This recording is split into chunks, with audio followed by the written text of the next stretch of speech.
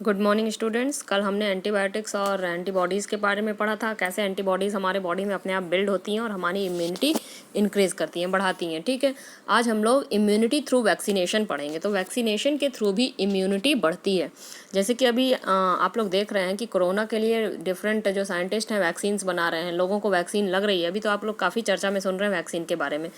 तो इसी को वैक्सीनेशन बोलते हैं। किसी भी बीमारी के लिए कोई स्पेशल वैक्सीन बनाना और उसको बॉडी में लगाना। ठीक है, या तो फिर इंजेक्शन के थ्रू या तो फिर ओरली मुंह के थ्रू बोलते हैं ना। जैसे पोलियो का वैक्सीन हम लोग ओरली लेते हैं, मुंह में पिलाते हैं डॉक्टर्स 2 बूंद ज़िंदगी की।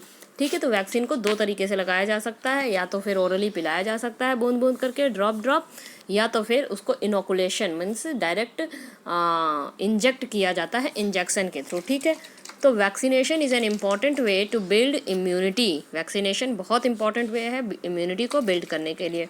अ vaccine produces immunity to a disease by stimulating the production of antibodies. Vaccine जो है इम्यूनिटी बढ़ाती है किसी भी डिजीज़ के अगेंस्ट।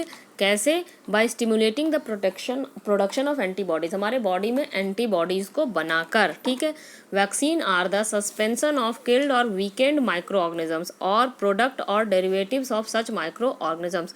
वैक्सीन एक्चुअली है क्या, इसको अंडरलाइन कर लीजिए। ये जो पूरा है यहाँ से लेके ये वैक्सीन से लेके यहाँ तक माइक्रो ऑर्गेनिजम्स तक आप इसको अंडरलाइन कर लीजिए। इसको याद करना है आपको कि वैक्सीन है क्या।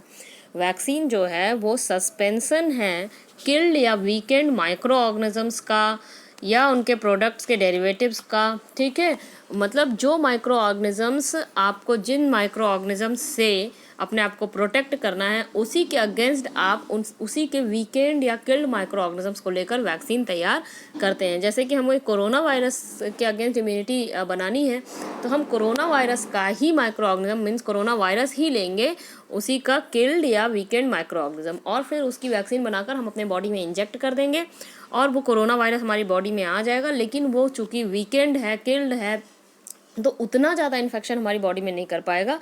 वैक्सीन लगाने पर हमको थोड़ा फीवर हो सकता है, थोड़ा सा कुछ और दिक्कत हो सकती है, इन्फ्लेमेशन हो सकता है, लेकिन ये नहीं कि हमको कोरोना ही हो जाएगा, और उसकी एंटीबॉडीज़ भी हमारे बॉडी में तैयार हो जाएंगी। ठीक है, तो इस तरह से वैक्सीनेशन का जो प्रोसेस है वो हमारी बॉडी में इम्यूनिटी बना देता है। ठीक है, चलिए अब हम लोग देखेंगे माइक्रो ऑर्गेनिजम्स इन एग्रीकल्चर। कैसे माइक्रो ऑर्गेनिजम्स एग्रीकल्चर में भी यूज़ होते हैं। कुछ माइक्रो ऑर्गेनिजम्स हैं जैसे कि rhizobium and blue green algae, cyanobacteria, blue green algae and rhizobium. ये जो हैं बायोलॉजिकल नाइट्रोजन फिक्सर्स हैं। ये क्या करते हैं? राइजोबियम क्या करता है? लेगुमिनस प्लांट्स के रूट नोड्यूल्स में रहता है और जो भी सॉइल में नाइट्रोजन है उसको फिक्स करता है, जो भी एटमॉस्फेयर में नाइट्रोजन है उसको फिक्स करता है सॉइल में, और फिर इस तरह से नाइट्रोजन हमारे लेगुमिनस प्लांट्स को मिलता है। ठीक है, उसी तरीके से साइनोबैक्टीरिया होता है जो कि राइस फील्ड में होता है और वो भी एटमॉस्फेरिक नाइट्रोजन को फिक्स करता है। ठीक है, तो इस तरह से माइक्रो ऑर्गेनिजम्स जो हैं वो एग्रीकल्चर में भी यूज़ होते हैं। ठीक है, use of microorganisms in energy and fuel production. Microorganisms energy और फ्यूल प्रोडक्शन में भी यूज़ होते हैं। मैनी माइक्रो ऑर्गेनिजम्स, एक मिनट स्टूडेंट्स, many microorganisms देखिए use of microorganisms in energy and fuel production. Many microorganisms,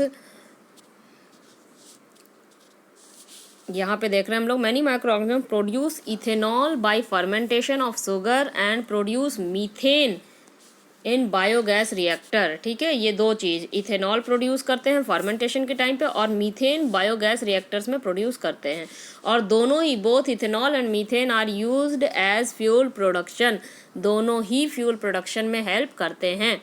अब microorganisms also help in cleaning the environment. Microorganisms environment को clean करने में भी हेल्प करते हैं। कैसे?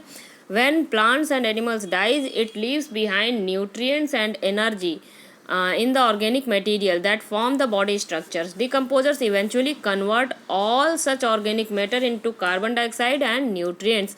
क्या होता है कि जब कोई भी एनिमल्स मरते हैं या उनका जो रिमेन्स होता है वो सड़ने लगता है, आप देखते हैं वो डिके होने लगता है, डिकेइंग एनिमल्स या प्लांट्स। तो वो डिके क्यों होता है, वो सड़ता क्यों है? Because of the action of micro organisms. तो वो सड़ा कर उसको क्या करते हैं, उसको न्यूट्रिएंट्स में और कार्बन डाइऑक्साइड में कन्वर्ट कर देते हैं। तो वो भी जो है जो dead remains of plants and animals है वो भी न्यूट्रिएंट्स में कन्वर्ट हो जाता है। ठीक है, तो इस तरह से जो गंदगी है वो भी साफ़ हो जाती है। ठीक है, और हमारा जो गंदा होता, जो पड़ा रहता, जैसे प्लास्टिक वेस्ट है, वो डिकम्पोज नहीं हो पाता है, कोई माइक्रो ऑर्गेनिजम्स उसको डिकम्पोज नहीं कर पाते हैं, तो वो क्या होता है, वो गंदा करता रहता है एनवायरनमेंट को। ठीक है, लेकिन जो डिकम्पोज हो जाते हैं उनको माइक्रो ऑर्गेनिजम्स डिकम्पोज करके उसको हटा देते हैं एनवायरनमेंट से। तो कम से कम माइक्रो ऑर्गेनिजम्स हमारे एनवायरनमेंट को क्लीन करते हैं। अगर माइक्रो ऑर्गेनिजम्स नहीं होंगे तो पूरा जो हमारा एनवायरनमेंट है वो हीप ऑफ गार्बेज बन जाएगा। Heap of garbage means garbage का एक क्या बोलें, खंडहर टाइप का। इसलिए माइक्रो ऑर्गेनिजम्स का होना बहुत ज़्यादा ज़रूरी है। ये हमने पढ़ा माइक्रो ऑर्गेनिजम्स एज फ्रेंड्स। अब हम लोग देखेंगे माइक्रो ऑर्गेनिज्म एज फोज। तो माइक्रो ऑर्गेनिज्म एज फोज हम लोग कल देखेंगे स्टूडेंट्स। ठीक है, कैसे माइक्रो ऑर्गेनिजम्स हमारे दुश्मन हैं। दुश्मन इसलिए हैं क्योंकि वो डिफरेंट टाइप्स के डिजीज़ कॉज करते हैं। तो ये सारे डिजीजेज़, प्लांट्स डिजीज़ हो या एनिमल्स डिजीज़ हो, इसके बारे में हम लोग कल पढ़ेंगे। Thank you.